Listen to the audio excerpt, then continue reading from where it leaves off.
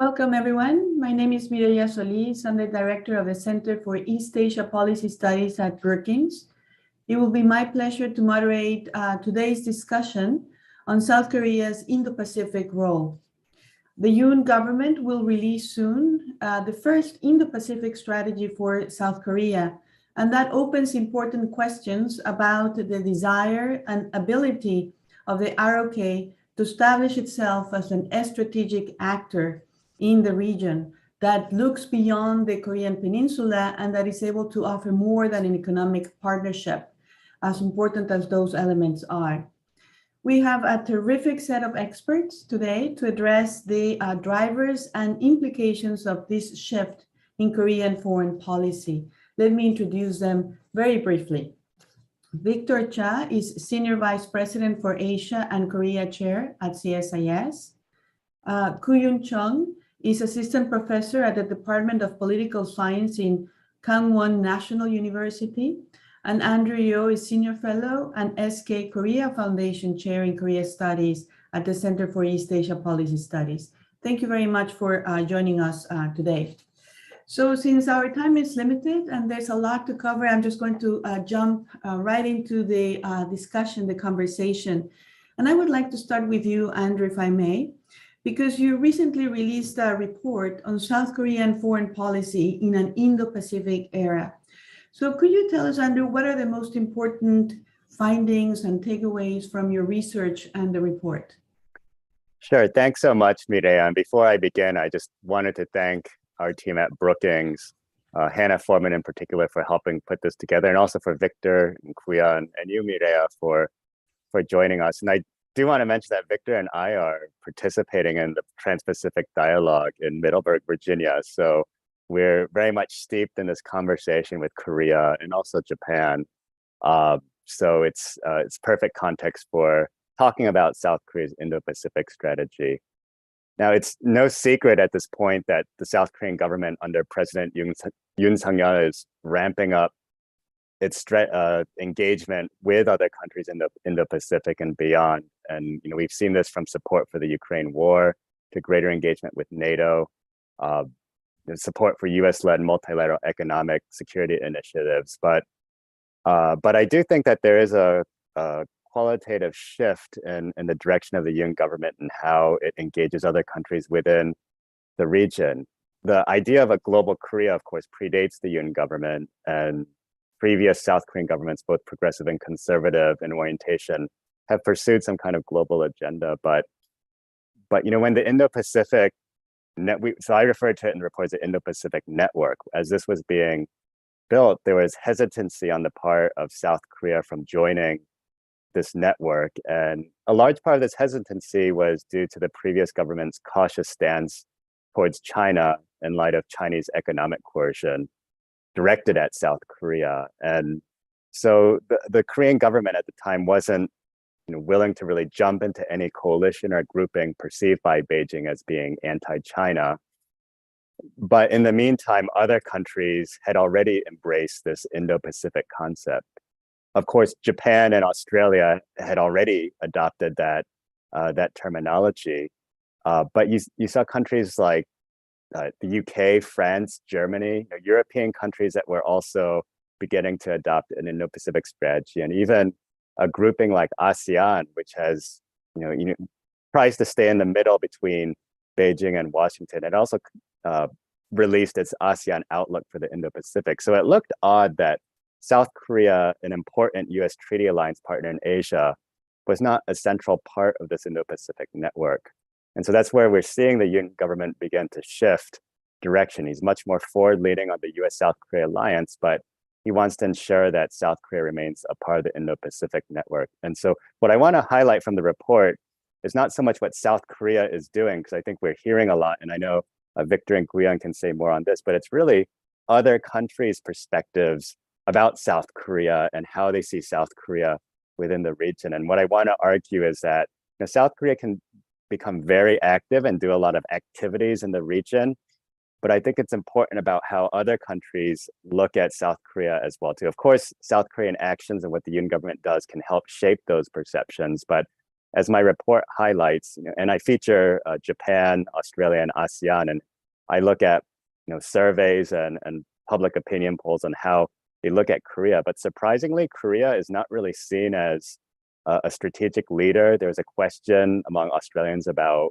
who do you see as your best friend, Australia's best friend, and South Korea, it ranks similar to Vietnam or Indonesia, not other U.S. treaty allies like Japan, Canada, the UK, and even with ASEAN, where you would expect, there to be much more a preference or liking or respect for South Korea, given its soft power, the attraction of K-pop, or even that Korea has a similar or had a similar disposition to ASEAN, where it was hedging between Beijing and Washington.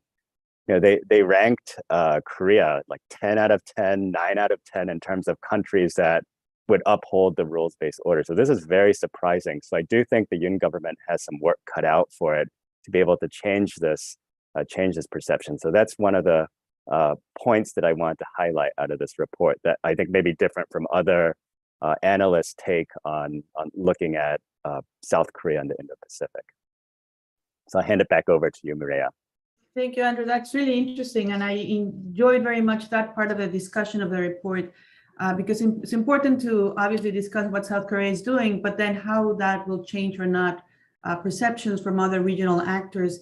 And this allows me then to transition to asking Victor a question. And this has to do with how South Korea is going to manage its relationship with the great powers in light of this new Indo-Pacific strategy. How is the U.S. perceiving this development in South Korea? And we heard from Andrew that in the past, South Korea had been cautious because he was concerned that doing something like this might alienate or bring tension in its relationship with China. So how do you see South Korea then navigating the great powers dynamic, which grows more tense as we go forward with this new development? Well, thanks for the question, Mireya. It's good to see you, and Andrew, Professor Chung. I'm happy to join you for the discussion of Andrew's very important report. So I guess I'd say a couple of things. The first is that I think what is at the core of Korea's Indo-Pacific strategy and how it manages and deals with the major powers is it's a strategy, but it's a strategy that's grounded in at least the President Yoon's belief in sort of core values. As we all know, Yoon Suk-yeol is not a politician. He's not a foreign policy expert. He's none of these things. And so he was a student of foreign policy. And it seemed to me that he tried to figure out what he believed in first. And that turned out to be freedom and democracy. And so you see freedom and democracy talked about in pretty much every speech he's given, the one he gave at the UN General Assembly and other places. And as I was saying to you guys just before we got on, we just came back from a trip to Seoul where we got to spend some time with President Yoon. And it really does come through. Like when we talk about foreign policy, his focus on freedom and democracy. That I think causes him to gravitate towards these broader regional and global networks as part of an effort to support the liberal international order. And so I think that's what is driving this. So my point is that I think it's less tactical in a sense, and it's really driven by sort of value-based views on foreign policy. Now, why that's important is that if you believe in something and you follow something because you believe in it, you don't calculate so much what the costs of this are going to be. It's something you believe in. Like we believe in democracy, right? We don't calculate the costs of our belief in democracy. And so, yes, this could rub up against particularly China, as Yoon plays a large role, whether it's in the region with Japan and trilateral relations, or whether it's in Southeast Asia, or whether it's supporting global institutions. This is going to bump up and rub up against, in particular, China and Russia. So we see Korea playing a more active role in Ukraine. Personally, I wish they would even be more active in Ukraine. And we sort of see it, as Andrew said, in their reconnecting to the web of institutions that have been created, these coalitions that have been created over the past couple of years, both under Trump and Biden. We saw some of this coalition building under Trump as well. So I think that is the direction in which they're headed. The policy towards, there's a clear policy towards the United States and Japan. We see that very clearly out of Yoon. With regard to China, there's not a clear policy, right? They never sent a special envoy to China. They never laid out what their China policy is, China strategy is. And I think that's deliberate. I think they're deliberately trying to be a little less explicit about the policy, focusing it on the United States, Japan, and the Indo-Pacific, and then sort of dealing with China. The irony of all this is because Korea has taken this particular very forthright position on where they stand in terms of foreign policy, it has actually caused the Chinese to be more solicitous of South Korea, not angry at South Korea, but more solicitous. So China is now trying to pursue an engagement strategy with South Korea. They've been reaching out quietly for track 2, track 1.5 dialogues with the South Koreans to try to re-engage with the South Koreans because they definitely see a change in South Korean foreign policy, as Andrew said, between the previous government and the new government. Thank you very much, Victor. That was also fascinating, and especially to hear about how China is responding with being more accommodating and not trying to raise the temperature. And perhaps later on, we can also discuss if this might continue, given that there is expectation of the United States regarding its allies that they will also boost up their economic security and particularly the export control issue. So that's something that we might come to later to discuss how South Korea is thinking about navigating this issue. And now if I may turn to Dr. Chung, thank you so much for joining us. And I thought also from Victor, it was interesting to hear how the values, the vision of the leader, and President Yoon in particular, has left an imprint on the decision to then launch this Indo-Pacific strategy. And of course, a leader has to think about the regional international role, but also what is happening domestically in terms of support levels, in terms of its ability to have political capital to allocate to these foreign policy initiatives. And what we hear, the reporting is that support levels are not particularly high for President Yoon. So could you address what are the domestic political constraints as South Korea tries to play a larger international role? Thank you, Mireya, for your excellent questions. And it's actually a very timely question as well. And also thank you, Dr. Yeo, for inviting me to this panel today. When it comes to the domestic challenges that President Yoon actually faces these days is himself, actually, a lower approval rating that does not exceed 40%. It has been like several months since Yoon has become the president of South Korea, but the average approval rating is below 40%. Actually, yesterday it was about like 38 or 39%, which shows that it's pretty low compared to other presidents. And even when you compare that with President Moon, which is the previous administrations, it was pretty low approval rating. And that is actually exists amid this polarized political environment. So every political step or every diplomatic step has been challenged by the opposition party, even though the opposition party agree with the imperative that South Korea needs to be more active and take a larger role in Indo-Pacific. But still, every diplomatic move and every diplomatic policy has been challenged and polarized and politicized by the opposition party. So that's one kind of challenge, actually, that President Yoon actually faces these days. And another challenge is actually coming from its attempt to reconcile with Japan. And current Yoon administration acknowledged that it is not possible to take a larger role in the Indo-Pacific without a conciliation with Japan. And given that every multilateral and unilateral kind of cooperative platforms are led by Japan, South Korea needs to be more connected and have a kind of better relations. Even though a number of issues are still lingering between two countries, they understand that it is imperative to improve their relation with Japan. But that has been challenges as well. And even though there is a elite level kind of consensus that it is necessary to improve their relationship with Japan, at the public level, it has not been politicized, especially by the opposition party. So that's another issue that Yoon administration has to face when it actually take a kind of larger role in the Indo-Pacific and take a kind of specific steps with cooperate with Japan as well. Another challenge is the South Korea's internationalism as well.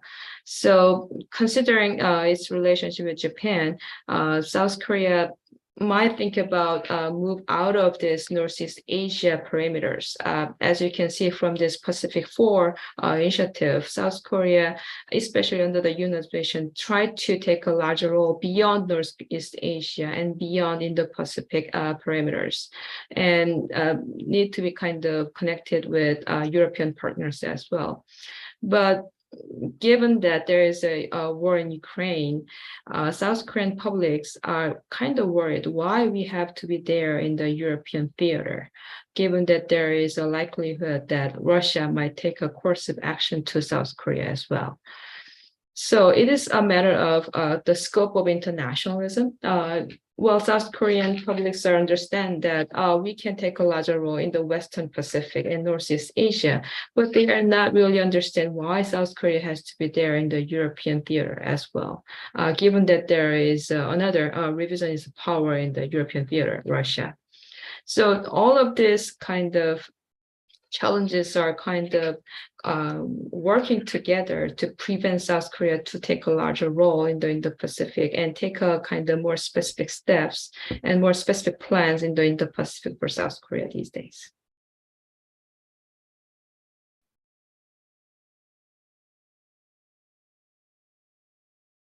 I thought I had unmuted myself. Thank you very much, Koyun, for those very insightful set of remarks. And certainly, we've already gotten questions from the audience about the Japan-Korea angle, and we'll go into that. And this allows me to remind our audience, please do send us our questions. We want to be sure to address the interest of the audience, and that's the best way we have to gauge where you would like us to take this conversation. And I also thought, Koyun, your remark about this question as to what is the boundary? How far should we be leaning forward? Should we be thinking about the most immediate neighbor? Should we be thinking about the Indo-Pacific? Or how does the situation in Ukraine then changes how South Korea conceives of its own international role? Very, very interesting.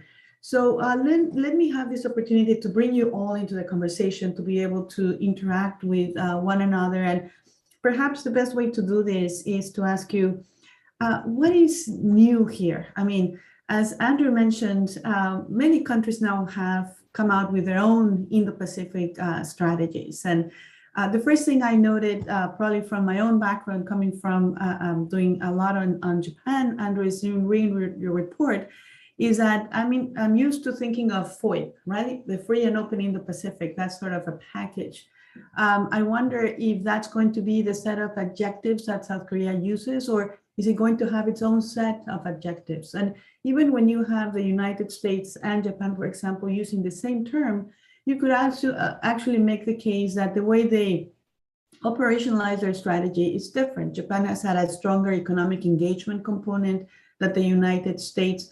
So if we start to unpack what we can expect the Korean version of the Indo-Pacific strategy to be, are there going to be any distinctive traits, or is it going to be very much fully aligned with what we see other countries doing in the region? So whoever would like to take that one first.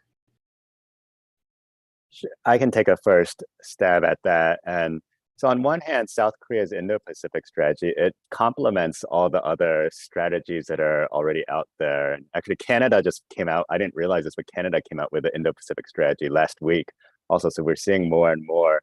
But there is, all of these strategies have some attention to, a rules-based order about freedom. There's an economic component, talking about economic security, and also a strategic component.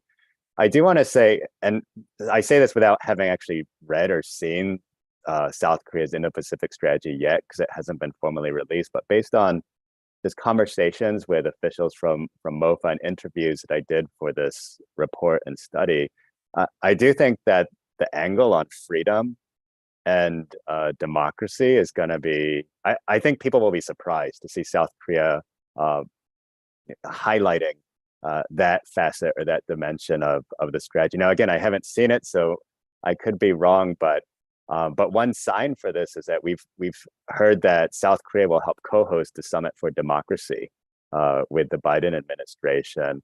And as Victor mentioned, in all of the major foreign policy speeches that Yoon has given, he's used the word freedom.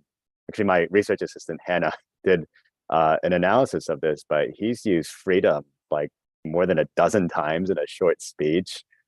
So I really think that this is going to be highlighted, and that brings out the values orientation of the strategy. And I don't think that, like the Europeans who have come out with their strategy, values is important to them, but they don't emphasize it, or they're not foot stomping that in their strategy. I still think they're a little bit cautious in how they want to frame this. So in some ways, it's as if the Yoon government has latched on to this values-based diplomacy. So that will come out, I think, in the strategy. And I do think that there will be some attention to the technology. So on the economic side, South Korea's comparative advantage is really in areas like critical and emerging technologies and supply chain semiconductors. And South Korea recognizes this.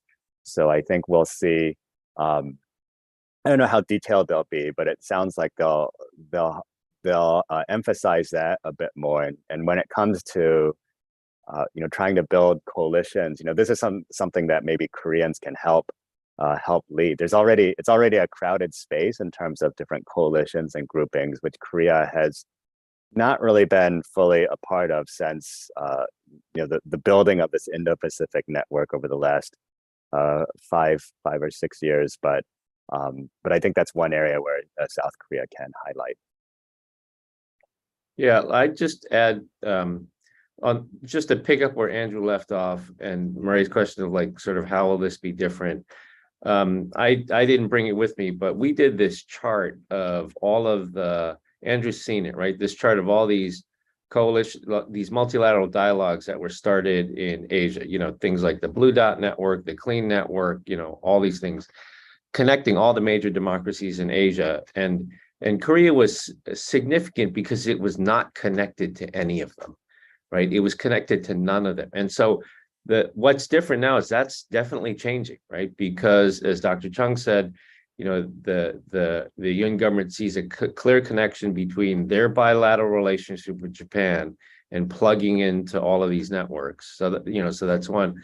The other is that, it's been traditional Korean foreign policy to sort of be very tactical with regard to China, right? A lot of hedging, right?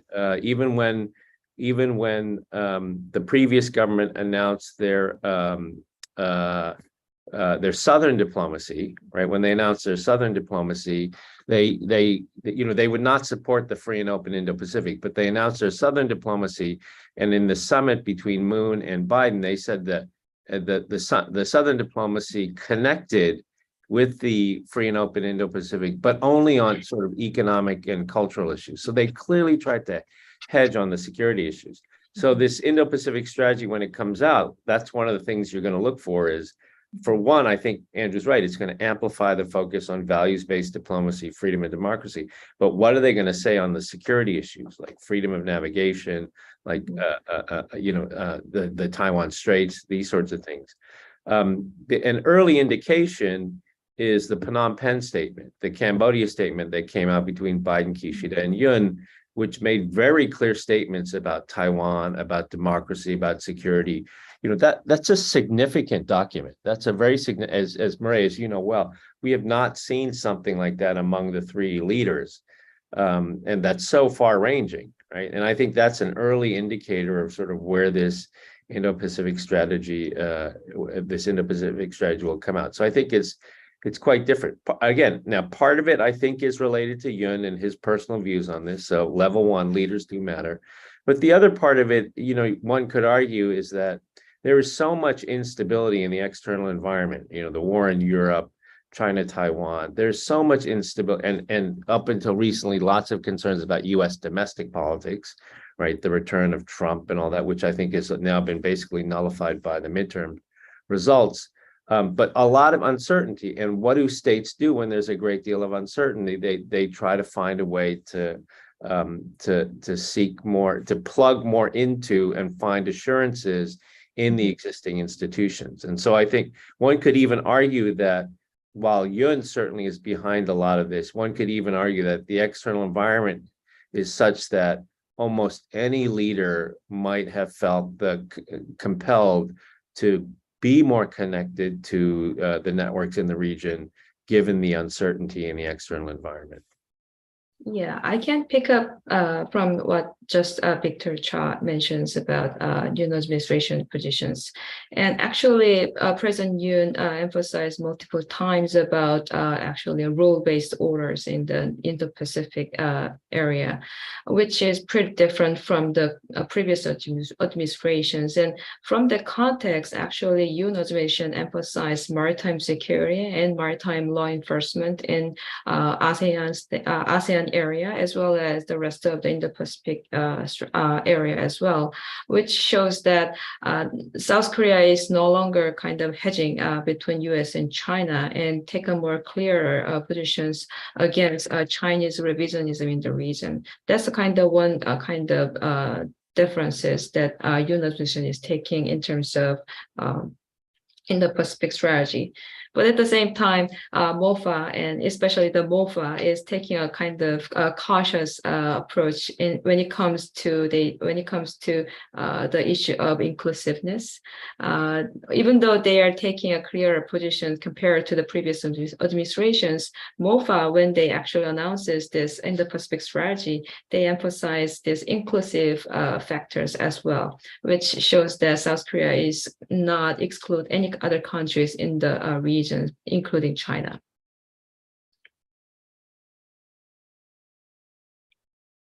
Sorry, I keep forgetting.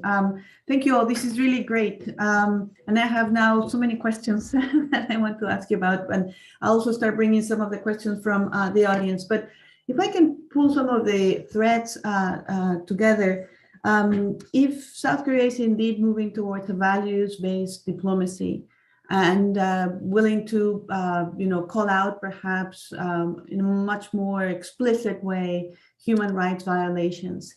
If it's going to lean on what is widely recognized, its technological prowess, and work with the United States in boosting economic security capabilities, and perhaps, and this is a question, go along with some of the recent actions on export controls, and I would love to hear your views on that. This does indicate that a major, and I think Korean put it really well, that we don't have as much that hedging, that cautious attitude vis-a-vis China. What will this do then to the South Korea-China relationship? And is the Yoon government prepared to navigate some of the turbulence that might be coming from being more explicitly converging towards some of the parameters of U.S. Policy in the region? So I'll go first. I mean, so I think the dilemma that this poses for Korea, right? Hedging tries to, hedging strategy tries to minimize costs, and then when you start making choices, you start to have to bear the cost of that, particularly when, when one of the countries, when you're hedging, is going to impose costs, may retaliate against you. So I think, this is something that is most likely coming. But it's, it will be triggered by, as Maria, as you said, the many of these new economic security initiatives that are being led by the United States. First, it's the export controls on semiconductors, but as we know, the intention of the administration is to expand this to other areas: biotech, quantum computing, AI, a whole bunch of other issues. And these will be difficult choices very clearly for both. I mean, it's challenging for the South Koreans in two respects. One, in terms of the government, because it would be a clear sort of choice that was being made. And the other is once you make the choice, wrangling the companies, the private sector, to do what the government wants, which is not an easy feat in Korea, unlike Japan, where there's a lot of cooperation between big business and government. That's less the case in Korea. So it's not easy in many respects. But I would sort of step back and say that the costs or the threat that South Korea faces with regard to China is obviously not isolated to South Korea. And it actually applies to every country that would consider being part of these secure supply chains and protection of high-end commanding heights technology. They'll all be subject and potentially vulnerable to Chinese economic retaliation. China will find a vulnerability somewhere and use economic coercion. So it's not something that only South Korea has to deal with. It's something that everybody has to deal with. And so, in a blatant act of self-promotion, I'll say that in the January-February issue of Foreign Affairs, I have an article coming out looking at this whole question of how to stop Chinese economic coercion among the 16 countries that have been the victims of Chinese economic coercion. Because we need to come up with a strategy to deal with that. If any of these efforts are going to be successful, whether we're talking about secure supply chains or protecting commanding heights technology, that has to be complemented with a strategy for dealing with Chinese economic coercion. I have some specific comments on what I think Korea should do on export controls and semiconductors, but I'll hold that until we hear from what other people have to say. Can I just briefly add to what Victor says? I'll be quick here, but on one hand, what Guyan mentioned is the term inclusivity, and I think South Korea is very cognizant of the fact that they don't want to make this really about an anti-China position, and so they do want to still work with China. I think there will be some caution, but at the same time, there is this safety in numbers effect, and South Korea back in 2017, when they were facing economic coercion, was really perceived by China as the weakest link, and so they were targeted by China. Now, China went after other countries like Australia as well too later, but I think it's different in 2022. Now you see this network of Indo-Pacific, like-minded allies and partners, and it's going to be much harder for much harder for China to really direct such economic coercion at only South Korea. So I think there are some it's a calculated bet on the part of the Yoon government that if they join together with other like-minded partners, that there could be some response, effective response to China or Chinese economic coercion that didn't exist just five years ago. Yeah, actually, I agree with Dr. Yeo about his point. And actually, the Yoon administration tried to take a more cautious kind of Chinese policy at this moment, given that we still kind of maintaining free trade agreement with China. And at the same time, China is very important in starting a dialogue with North Korea as well. So in that sense, it is not possible to decouple our relations with China at this moment. But at the same time, Yoon administration is taking a much kind of stronger position toward China. Recently, he said that China will face more U.S. strategic assets on the Korean Peninsula if it is not kind of helping us in kind of starting a dialogue with North Korea. So which means that South Korea is more aligned with with the United States in terms of dealing with China at this moment. So, and this is kind of a lesson, as Dr. Yeo mentions, that it's a kind of lesson from 2016 that deployment kind of economic coercion issue. We don't want to be a kind of weak link in the kind of U.S.-led coalitions of network.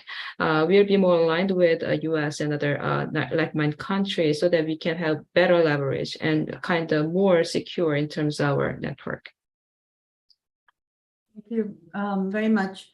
We've received a significant amount of questions from the audience, and I think I identified three major topics, and I want to make sure we try to address all of them. So I want to put them in your radar. One is the Japan-South Korea relationship, because again, as Koyun mentioned, Japan is very networked in the region, and as South Korea now is attempting to play a larger role, improving that bilateral relationship is an important step along the way. So that's one topic I'll turn to. Then there's a fair amount of questions about South Korea's military role, where the defense transfer agreements are playing a larger role in military exercises in the region, not just circumscribed to the peninsula. That's also a topic of interest to several people in the audience. And then how is Korea going to latch on to the regional architecture? And it can be Quad Plus, it can be CPTPP. So that's sort of a set of issues that I'm going to try to make sure we cover. And if there's time, we might go to something else. But for example, we have Alexander Lipke from the European Council of Foreign Relations. And he asked, how does Japan view South Korea's heightened interest in the Indo-Pacific? And David Boiling of Eurasia Group asked, what are the prospects for Japan-Korea relations to improve given Kishida's low approval rating? So again, we find ourselves in a situation where both leaders are having their difficult domestic contexts, and that may play a role in how they think about patching up relations. And I know, Andrew and Victor, I think you've been in a conference the past couple of days where these topics have been discussed. So if we can take the opportunity to then also hear from you.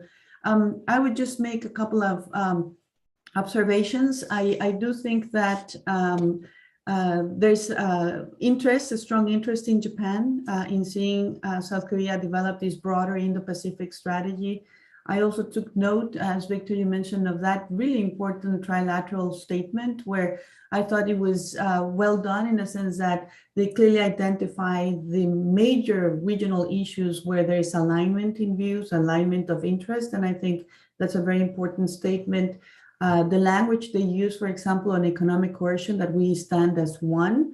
When it comes to economic coercion, I thought that was new. And where this can actually be implemented in that way, I think it's significant to follow.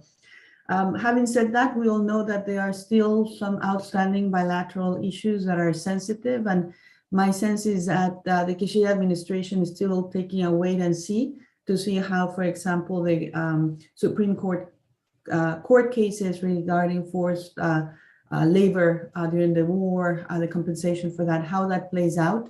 And they're trying to find a solution in a way in which that can no longer be an obstacle to the improvement of relations. So I would say that what I took from that trilateral statement is that there is indeed a strong appetite in Japan to see South Korea step up to do this, that they welcome the identification of common interest. We know that there are trade tensions, especially in the export control issue, and the launch of economic security dialogue might be good news in terms of addressing that. But again, we always go back to these issues the comfort women issue, the forced labor issue, and the current political manifestations that stand in the way. But I welcome either Andrew or Victor or Koyun if you have comments on the South Korea-Japan angle to the Indo-Pacific strategy. And Mireille, I'm so glad you weighed in because I know you're the perfect person to really look at this from Japan's perspective. And as you mentioned, Victor and I are here at the Trans-Pacific Dialogue with Japanese and Korean, former government officials, academics, experts. And I think your reading is it's correct. It comports with what I'm hearing and seeing here, in that there is forward momentum on Japan-Korea bilateral relations is also on the trilateral relationship. I think the Phnom Penh statement is on the trilateral and the Indo-Pacific. I think that's a good starting point to look at where things are heading moving forward. So at the government level, there's definitely political will, I think, to improve that relationship certainly from the Yoon government, but then also from Kishida as well too. But at the domestic level, I think that's where there may be some issues for both sides. And even for Kishida, it's not like his approval rating is that great as well. And when I speak with my Japanese interlocutors, they also tell me at the domestic level, there still is this Korea, a bit of a Korea fatigue. And so they will eventually have to get to the historical issues. And I don't know if that will change the dynamics. And if I may, just with the report, I mean, one of the things that I want to foot stomp is that I do think Japan is an important part of South Korea's Indo-Pacific strategy. It's clear that within the region, a lot of countries look at Japan as being, kind of a leader, aside from the United States. And if Japan were to accept Korea as part of this network or embrace Korea as part of this network, it would give the Yoon government, I think, a lot more leverage and credibility to also be seen as an Indo-Pacific player. So that's why I think this Korea-Japan piece is absolutely critical to South Korea's Indo-Pacific strategy. Victor, I saw that you had unmuted yourself, so I don't know if you want to add anything from your insights at Trans-Pacific Dialogue. Yeah, so a few things. That I think the first is that we all know that like in our theory and in policy, costly signaling is credible, right? And so there has been costly signaling by the Yoon government for the desire to improve relations with Japan. I mean, if you go back to the August 15th Liberation Day speech, really extraordinary speech, right? Where he basically said, we need to work to the future and the past will take care of itself. I mean, that's like, that's bordering on like political suicidal language in Korean domestic politics. So that's very costly signaling. Now, I agree with Maria that, the Japanese have been a little bit sitting on their hands, but I think that's changing now because they see this costly signaling. And so I think the prospects are good. The economic security dialogue is certainly going to be one of the ways to handle the export control issue. The bilateral dialogue taking place between Seoul and Tokyo on dealing with comfort women and labor compensation. Like, I have no window into that, but I thought it was significant that Aso Taro visited South Korea. When was it? Last month. I thought that was a pretty significant step. So I think everybody's hopeful there.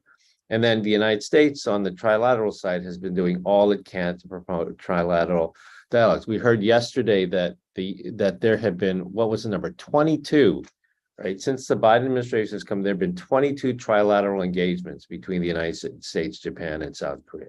Really an extraordinary number, right? 22 of those. So there's clearly a lot of effort there. And I would say, in terms of Andrew's last point about Japan, like, if Japan were to embrace Korea and their interest in reconnecting to these networks in the Indo-Pacific, I would say that that's not just desirable for Japan, it's necessary. Because if we are going to have, coordination on things like export controls, on high-end semiconductor technology, Korea is a critical player. It's not going to work if Korea is not, if Korea is not a part of it, if Taiwan is not a part of it, if the Dutch are not a part of it.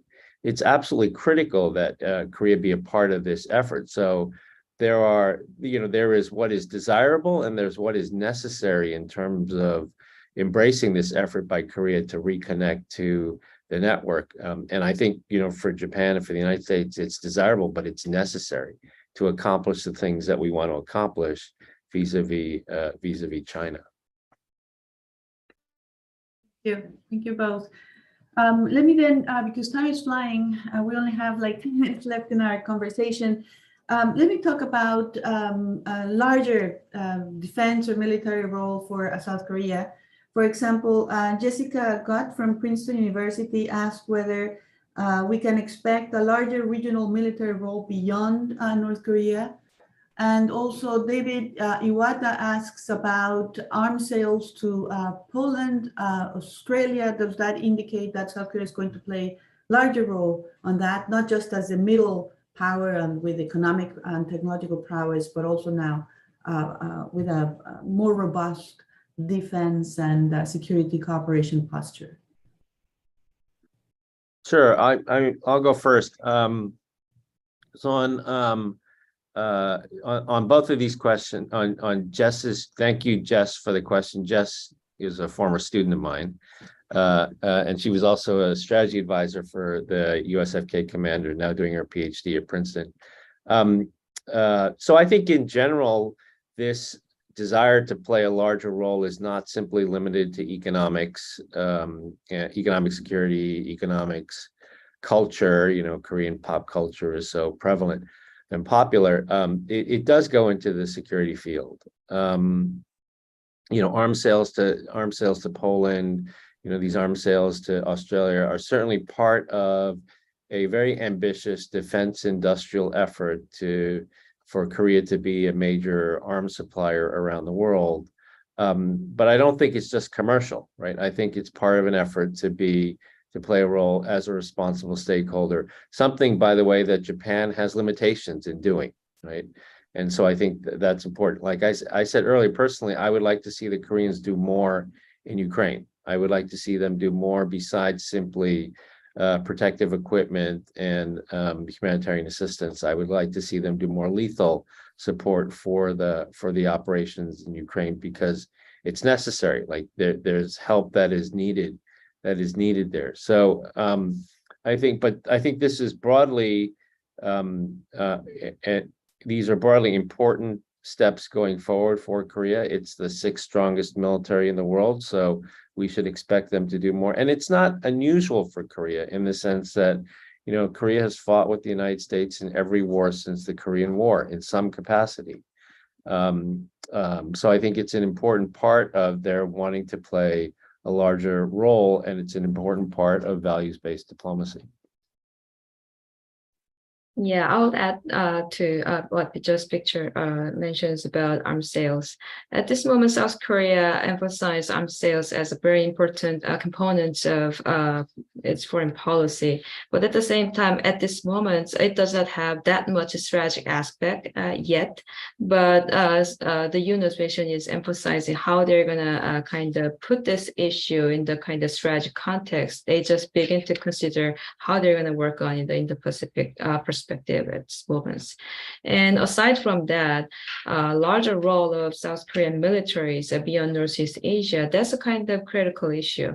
So it is, of course, South Korea acknowledged that it is not possible to kind of take a larger role without military components. But at the same time, the first time they come up with is the kind of Taiwan issue.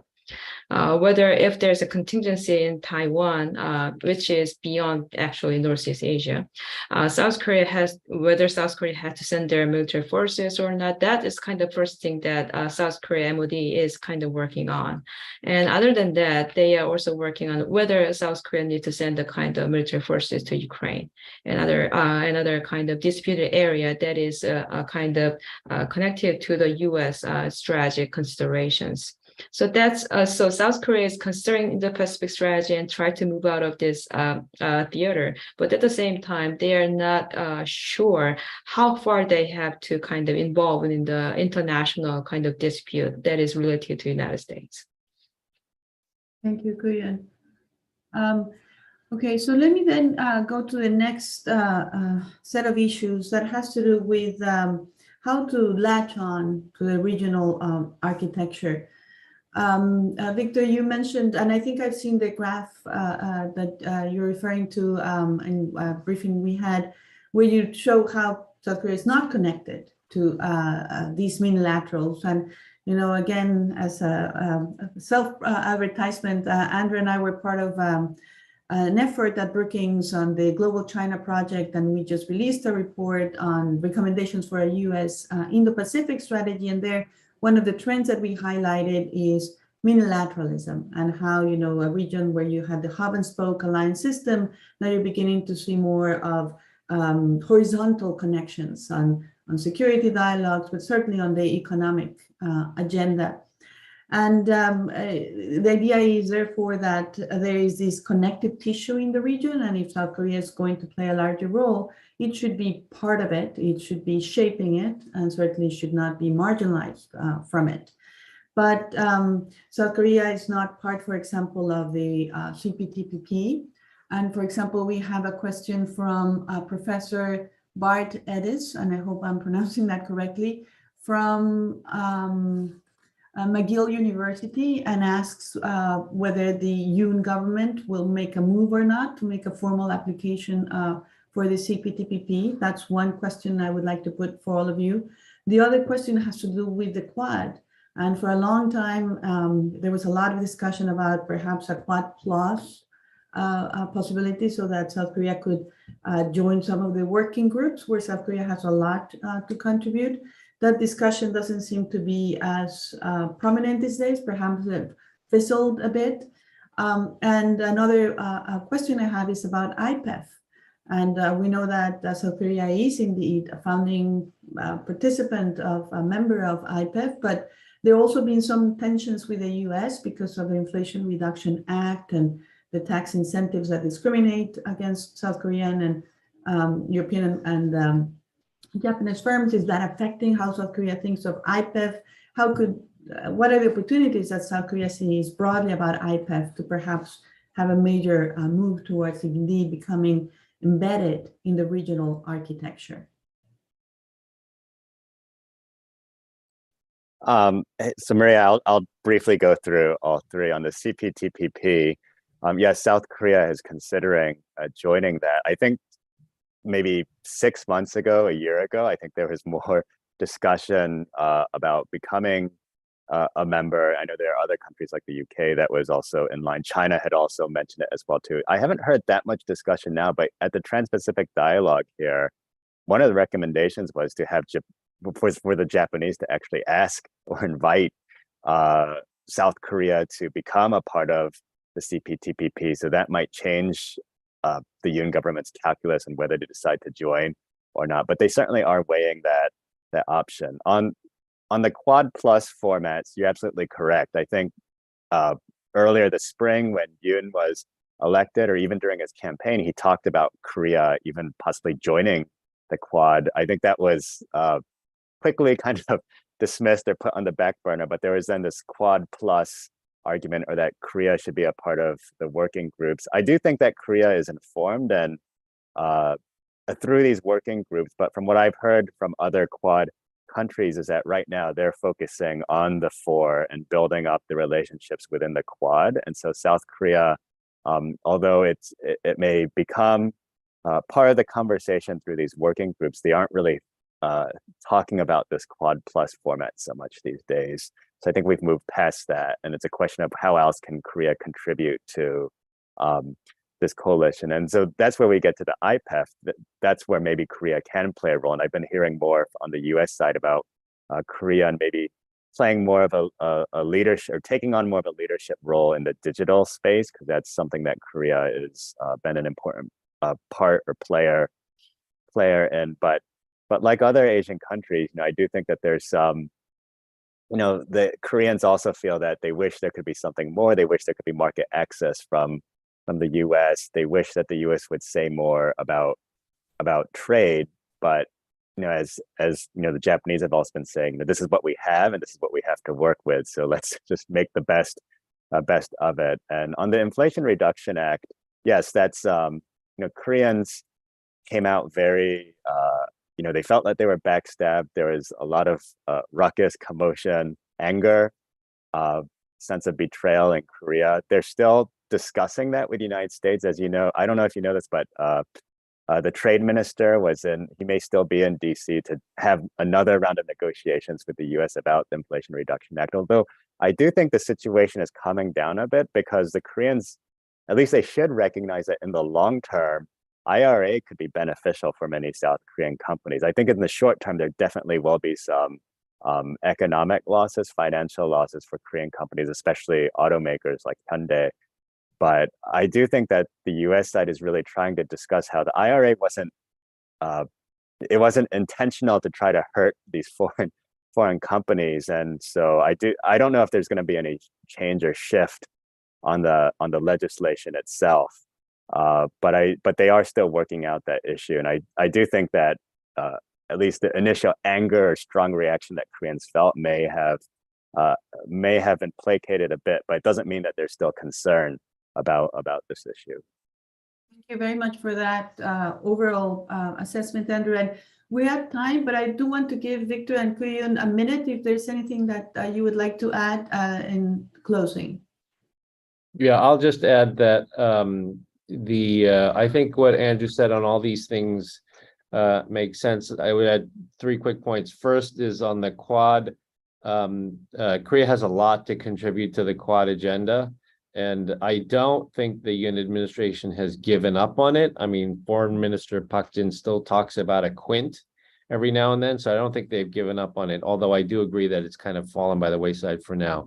The second on the question of IPEF, CPTPP, yeah, I think these are all important for Korea to be a part of, but where the real action will be, it will be on right now, I think, on sort of coalescing around export controls, and whether there can be some sort of group that can be pulled together, because this is something where it's in the interest of these countries to really engage with the United States and say, let's talk about how we do this together. Not like the IRA, where the US makes a decision and everybody has to deal with the after effects of that. And then finally, on the IRA, I would say that, so I would direct your listeners to go to our website. We had, in that conversation we had with Jake Sullivan, we talked specifically about IRA. And one of the things he did say in that conversation was that they were looking to try to address Korean and French concerns within the context of the current law. So not opening up new legislation, but within the context of the current law. At least that's the message that I took away. Korean? Yeah, I'll add some of the points that when it comes to Quad, and as Victor mentioned, South Korea still didn't give up. We are still willing to join any minilaterals led by United States and our like-minded countries, as you can see from Pacific 4 initiative. And also when it comes to IRA, South Koreans understands that it is not just about kind of losing the game. We are kind of benefiting from this initiative as well. It's kind of offsetting, and in the long term, anyway, we are in the supplier side in this chain. So it's not just about kind of complaining, but we are beginning to understand how it actually works at the kind of as a supplier position. Well, thank you all. This has been really a wonderful, insightful conversation. I appreciate you sharing your insights with our audience. And thank you, everybody, for joining. Have a good day or night. Thank you so much. Thank you.